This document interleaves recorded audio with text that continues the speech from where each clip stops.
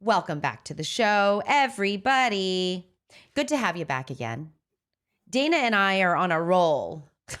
Yeah. As usual. Ooh, a roll. I could really go for a soft, warm poppy seed roll slathered in butter. You were talking about a different kind of roll. But when you said poppy seed, soft poppy, is it warm? Oh, it has to be. Yeah. Okay. So the butter will get that all brought me melted to a on it. bagel. Because I would yes. want like a toasted bagel with like cream cheese and lox. Yeah.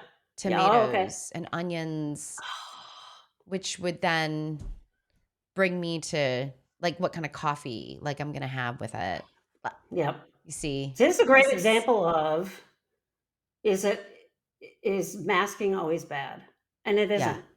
So we're not masking right now. We're just, even though this podcast is about masking, we started out talking about my total free association of roles, and then you went into your bagel thing, and I've learned more about you. But other people would be like, why is she talking about bagel? And get on with it. Yeah. Get on with, maybe that's what we'll task our Marvels, our Marvel community with that. If you ever feel like Dana and I should just get on with it, feel free to leave that in the comments. Just put, get on with it already. I think we don't want to hear about your poppy seed rolls. We get a lot more comments about our authenticity being refreshing. So I think that's good. Yeah. Yeah. We're going to go with it. If I were giving like an address at a graduation, not that I would ever do that because it'd be too terrifying, but let's pretend I was giving a keynote address at some big school's graduation. Would I go on a diatribe about warm rolls? Probably not. Right? Even if it popped in my head, not even a little bit. Everything, maybe a little bit. If it pertained to the topic, I might go. Yeah. My biggest wounding is my impulsivity surrounding unmasking. Yeah. And I think our community knows this about us, especially if you've been listening to us. Yeah. I think a lot of the richness and the robustness of our conversations, what allows for that is when we allow ourselves to go off on our tangents.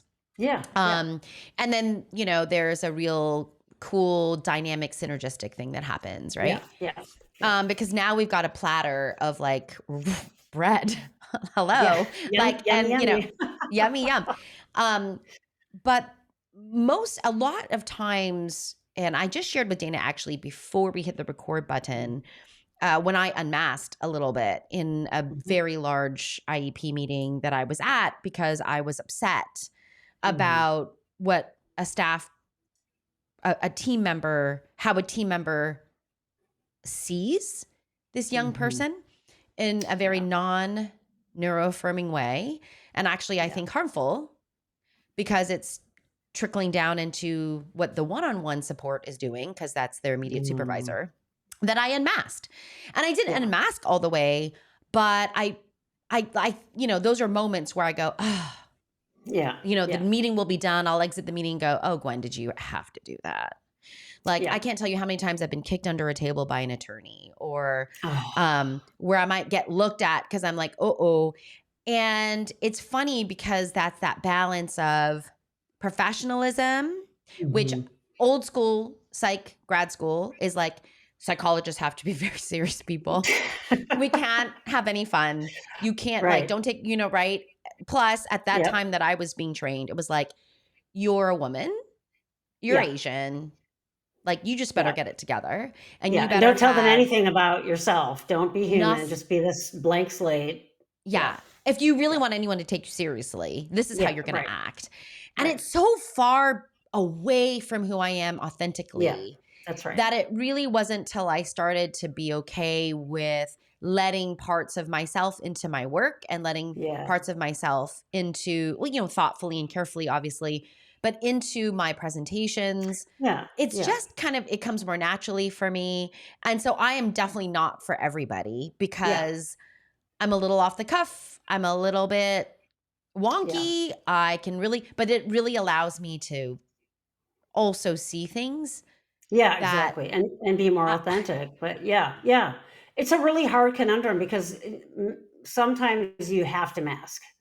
yeah. Um, uh, I'm gonna knock on wood as I say this because I haven't been pulled over for speeding or anything like that in quite some time. But let's say you get pulled over by a cop and, you've been speeding or something. Um, Usually most of us will be like, "Oh, yes, sir, officer," try to act, uh, law abiding. So you try to get out of the ticket, right? Whereas every fiber of every being might want to be saying, "Oh, for God's sakes, this is stupid. Give me the ticket." Blah. I would want to be saying, "This is dumb," or whatever. Okay, that might be one example of something that you sort of socially withhold, just because of the situation. Another one might be you're at a restaurant and someone, it's a sushi restaurant. Say I wander into a sushi restaurant and they say, "Well, all we have is sushi, so you have to eat sushi." I'd be like, I don't like fish at all. Do I Yeah. have to mask enough to eat that? Would I be, Oh, be able to do that? Probably not, right? And is it yeah. okay to say, "Yeah, no, I don't like fish"? And then they'd be like, "Why are you in a sushi restaurant?" Be like, "Give me a Yeah. ball of rice and I'll be good to go," right? Yeah. So Yeah. I'm using these sort of silly examples, but that's what we face every day all the time, right? I had some pins taken out of my thumb yesterday, got to have a little bit of sedation anesthesia. And I was sort of joking with the anesthesiologist. I'm like, he goes, "Oh, I'm going to give you a little bit of sedation now." And I said, "This is the only reason you have surgery. This is the best part." And right after I said it, I'm like, "Oh God, is he going to think I'm some kind of freak?" And So, he smiled and he so said, "Yeah, yep." He was just, he gets it, right?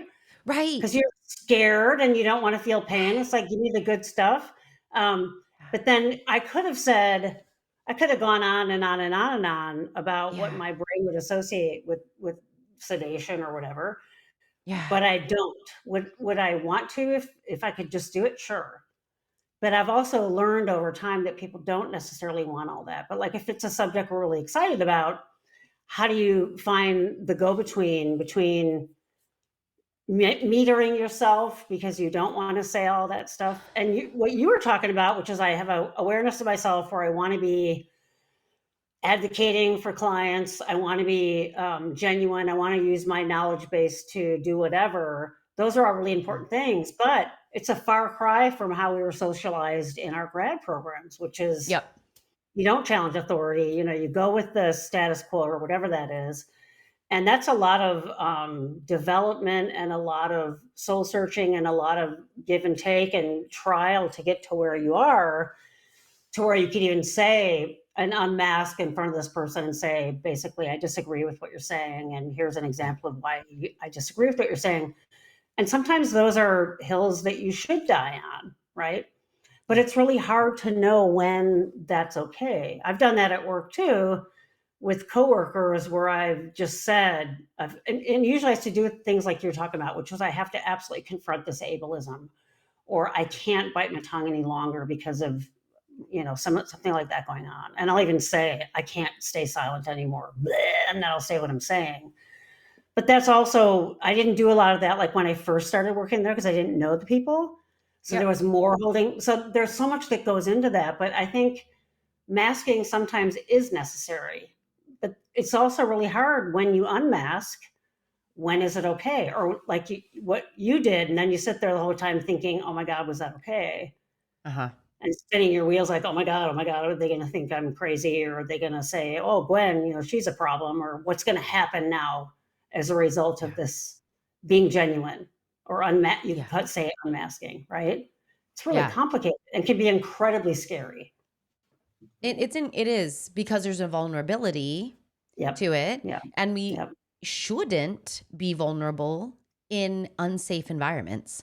And Yeah. so Yeah. much, maybe what it comes down to is that masking should be a decision, Yeah. right? So Yeah. instead of it being reflexive because you've always masked and you've learned that that's how it always is.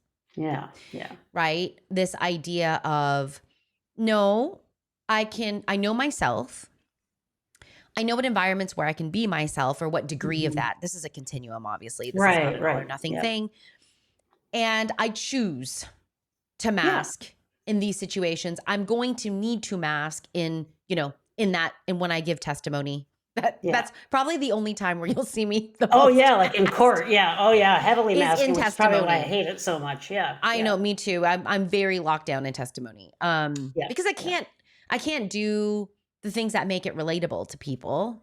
Right. Unless the judge is asking me a specific question, I can give her a fun kind of example or something, but I can't usually go off the rails too much. But that idea of like masking is a decision, masking is intentional. And if you find yourself saying, gosh, I have no environment to truly unmask myself. Oh, yeah. Then maybe that's the starting point. You've got to be exhausted is the first thing that comes to mind. Talk about burnout. No wonder there's burnout, right? You're absolutely right. That's one of the main contributors to burnout is continually not being who you really are. Yeah. Is really that masking. So, so of course, Dana and our answer to is masking always bad? No. We say it depends. Yeah, it depends. Masking is not always bad, but I would say always masking. Yes. Never unmasking. Actually bad, right? Probably a lot of the clients we see are people that have had to mask and have lost track of who they are, and we help them try to find that again. Yeah, absolutely. And this is why I also think when my clients don't have the ability to control their personal space at home. Oh, yeah.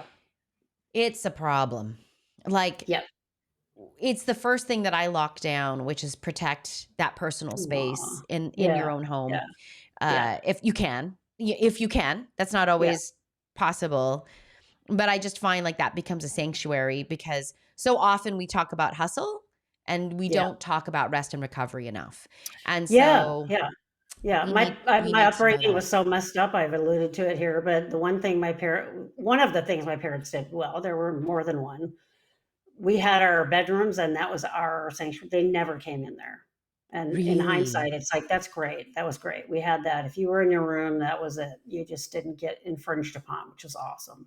Yeah. That's awesome, Dana. I can hear parents all around the world screaming at like, what? Can you imagine how many dirty dishes would be in there? Well, I was just going to say, that's probably the reason I had dirty dishes and had bugs in there until I got to an age where I was like, God, I'm living like a pig. I should clean this up. But I did get there on my own, right? But Right. Yeah. Which is more efficacious, to be quite honest. And now so I'm obsessively clean. So you and I, we share many things in common. And Dana and I mean, I think I shared with Dana a long time ago that I think my tendonitis on my right elbow is from too much vacuuming. Yeah. Anyway, but I know I'm thinking this is like, we have guests coming this week and I'm like, oh crap, I should have vacuumed before the surgery. All I'm thinking about is cleaning the house now. I'm like, crap.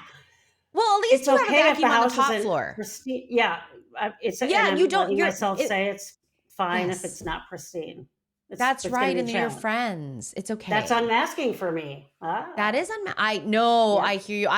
We've got my husband's family from Canada are coming in tomorrow, and I was like, what?